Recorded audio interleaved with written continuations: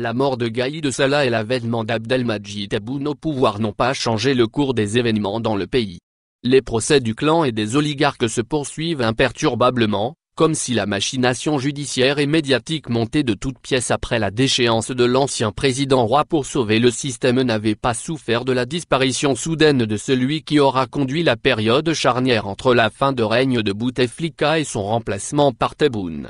Une nouvelle vague de ministres seront entendus par les juges dont les innombrables affaires liées, assure-t-on, aux indus avantages accordés par les anciens premiers ministres Abdelmalek Sehal et Ahmed Ouyaya, et d'anciens membres de leur gouvernement, alors que près de 1000 entreprises privatisées seraient en cours de renationalisation. C'est non sans fierté que ces deux faits sont rapportés par les médias inféodés au pouvoir, de sorte à rassurer l'opinion publique que la lutte contre la corruption se poursuit inlassablement et qu'elle sera menée jusqu'au bout, sous la conduite ferme de l'audacieux ministre de la Justice.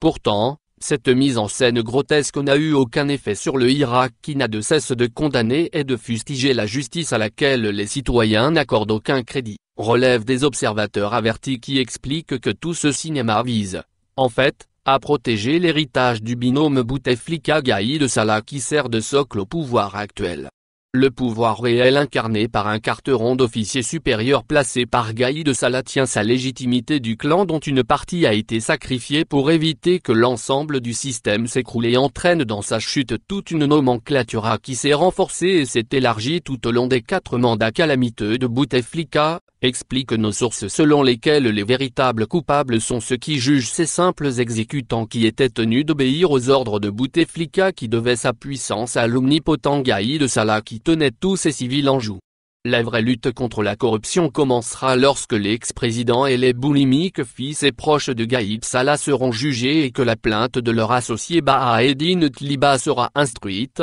notent ces sources écœurées par ces parodies de procès qui ont jeté en prison les exécutants et laissé en liberté les véritables commanditaires.